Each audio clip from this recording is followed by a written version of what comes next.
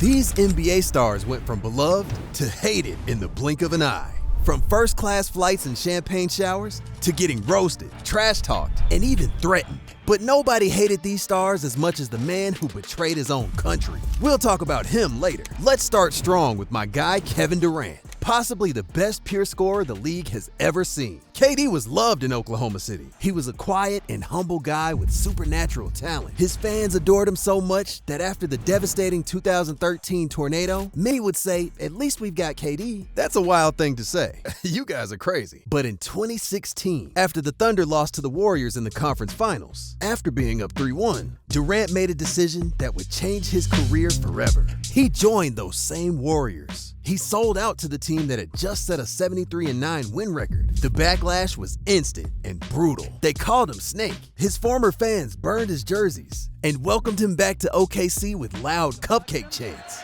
So I don't know how you would do it from afar. So what did he do? He helped the Warriors win 2 straight championships and took Finals MVP both times. He probably thought that would be enough. Yet, instead of celebrating his greatness, people accused him of taking the easy way out. Nobody seemed to care about his new accomplishments, giving all the credit to his teammates. And that drove Durant crazy. He created burner accounts just to defend himself on Twitter, but that backfired. A Reddit user caught KD forgetting to switch accounts while posting in defense of himself? That's just embarrassing. The hatred against KD escalated even further after that awkward fan interview. When IShowSpeed tried to fanboy over his idol, Durant just shut him down cold, pretty much showing everyone what kind of guy he really is.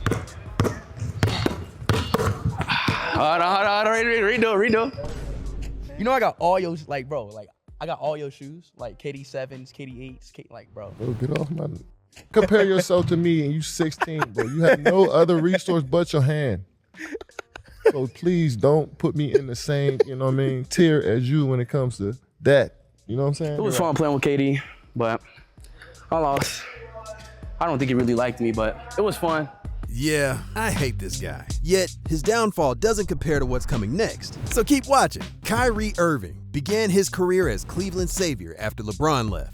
His ball handling was magical, like he had the ball tied with an invisible string or something. In 2016, he became an instant legend by hitting the game-winning 3 over Curry in Game 7 of the finals. At the right point, he stutter steps, he launches a 3. Hey! Nailed it! 53 seconds to go. The whole world loved Kyrie, but then he started talking. And boy, did he talk. First, it was his comments about the flat earth. Kyrie, the earth is flat, right? Yeah. Yes, one of the league's best point guards suggested the earth might be flat. Many thought it was a joke. It wasn't. When I started actually doing research on my own and figuring out that there is no real picture of Earth, like there's not one picture of Earth, and then it becomes like conspiracy. You don't think Earth is flat? I still think the Earth is flat. The thing about it is that in history, it's been said before. Then came his time in Boston. After publicly promising to re-sign with the Celtics, he changed his mind and went to Brooklyn. Boston fans, already annoyed by his eccentricities, turned him into public enemy number 1. He got hit with a $50,000 fine for giving the TD Garden fans the middle finger. Meanwhile, in Brooklyn, things got even worse. His unexplained absences, refusal to get vaccinated during the pandemic, which kept him out of many games, and a promotion of material considered anti-Semitic created a perfect storm. This guy's crazy, but you know what's crazier? Winning a dinner with Michael Jordan. And all you have to do is subscribe now. I'm way too broke to set that up, but you will make me happy if you hit that button. And hey, who wouldn't want to make some random YouTuber happy, right? Well, I had to try. Speaking of downfalls, the next one is pure madness. Dwight Howard, the self-proclaimed Superman of the NBA, found out what it was like to be hated. In his early years with the Orlando Magic, Dwight was super popular, always smiling, joking at the free throw line, and flying through the air with a Superman cape during the dunk contests. Oh my gosh. You couldn't help but love him. Plus, he was the dominant center who led the Magic to the NBA Finals in 2009. However, everything changed with what is now known as the Dwightmare. It was this never-ending drama of him flip-flopping about whether to stay or leave. He even went behind everyone's back, asking management to fire the coach. The whole thing was total chaos. I was told it was true by people in our management. So, right from the top. It's 12:02 right now. If they want to fire me at 12:05, I'll go home and find something to do. I'll have a good day. Dwight, are the stories true about Come on, man. Whatever happens at the end of the season is not under my control. When he was finally traded to the Lakers in 2012, things got out of control. For starters, Dwight didn't get along with Kobe Bryant. Worse yet, his back problem started to limit his performance. Remember that playful attitude that everyone loved? It came to be seen as immature and unprofessional. Suddenly, Superman was booed at every arena. Green missing the first two. His career turned into essentially a league tour, bouncing between the Rockets, Hawks, Hornets, Wizards, and eventually back to the Lakers, where he never regained the superstar status he once had. All his achievements were overshadowed by his drop in popularity, from the most dominant center in the league, 3-time Defensive Player of the Year, and 8-time All-Star, to losing everyone's respect. But that's nothing compared to the next player. This guy literally invented a nickname for himself that became his nightmare. PG-13 was adored in Indiana, the kid who challenged LeBron and the Heat in those epic playoff battles. Here comes George, got the step and smokes one move and counts on the Even after his horrible 2014 injury with Team USA, Pacers fans waited patiently for his return and welcomed him as a hero. But things changed when Paul asked to leave Indiana. He was traded to Oklahoma City, where he formed a promising duo with Westbrook. And there, in the middle of a moment of supreme confidence, or maybe madness, he called himself Playoff P. Y'all ain't met Playoff P yet, huh? Suggesting he elevated his game in the postseason, and that was a mistake. Paul's playoff performances were so disappointing that everyone started calling him Playoff P, but the worst was yet to come. After signing a contract extension with OKC and publicly discussing his commitment and loyalty, the next year, he requested a trade to join Kawhi Leonard on the Clippers. Where'd that loyalty go, Paul? I don't even know where you're sitting at.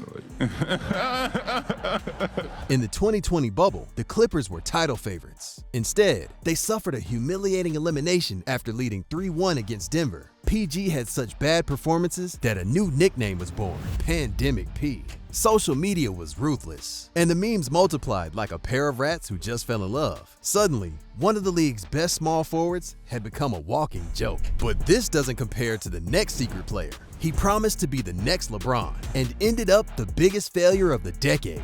That mysterious player is none other than Ben Simmons. This guy let everyone down, even his coach. it down and does. Cutter Simmons layup is blocked. As the 2016 draft first pick, he was seen as the next LeBron, a 6'11" point guard with exceptional court vision and amazing athleticism. Philadelphia fans were in love with his potential. They even forgave his inability to shoot threes.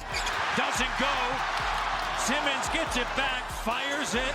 All-Star, Defensive Player of the Year. The future looked bright, but everything changed in the 2021 playoffs against Atlanta.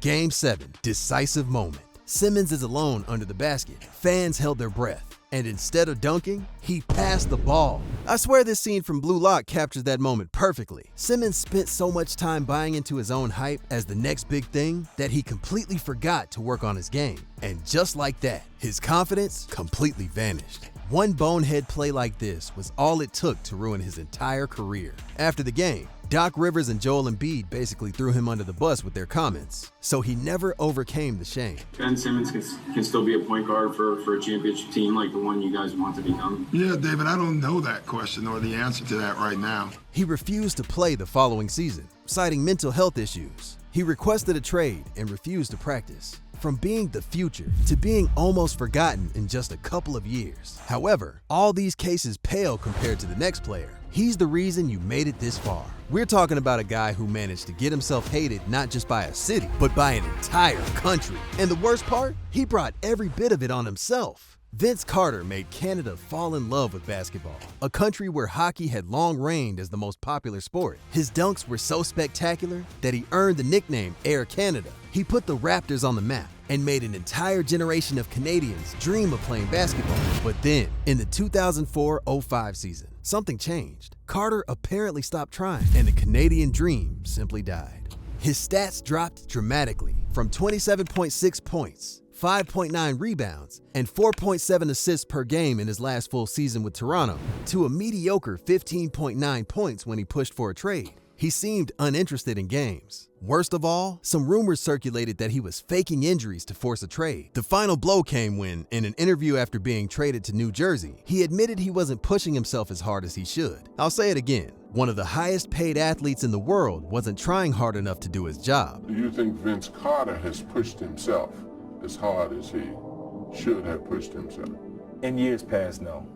Can you imagine any other superstar casually dropping a bomb like that? If LeBron pulled something like this, he wouldn't be able to set foot outside his house without getting mobbed. When he returned to Toronto with the Nets, the reception was brutal. Every time Carter touched the ball in Toronto, he was mercilessly booed. And Carter actually lost his rhythm by... And it lasted years. Years! I'm not talking about 1 or 2 years, but more than a decade of relentless hate. The most painful thing is that Carter later admitted he regretted how he handled the situation. By the time he retired, his relationship with the public had improved slightly, but the damage was already done. Alright, this video's almost over, but don't ghost me yet. Hit subscribe, like this, and tap right here to check out the greatest NBA duos in history. And hey, I want to know what you're thinking, so if you've got someone who had an even crazier fall off, just drop their name in the comments. The best comment will get pinned, so go ahead and claim your badge of honor.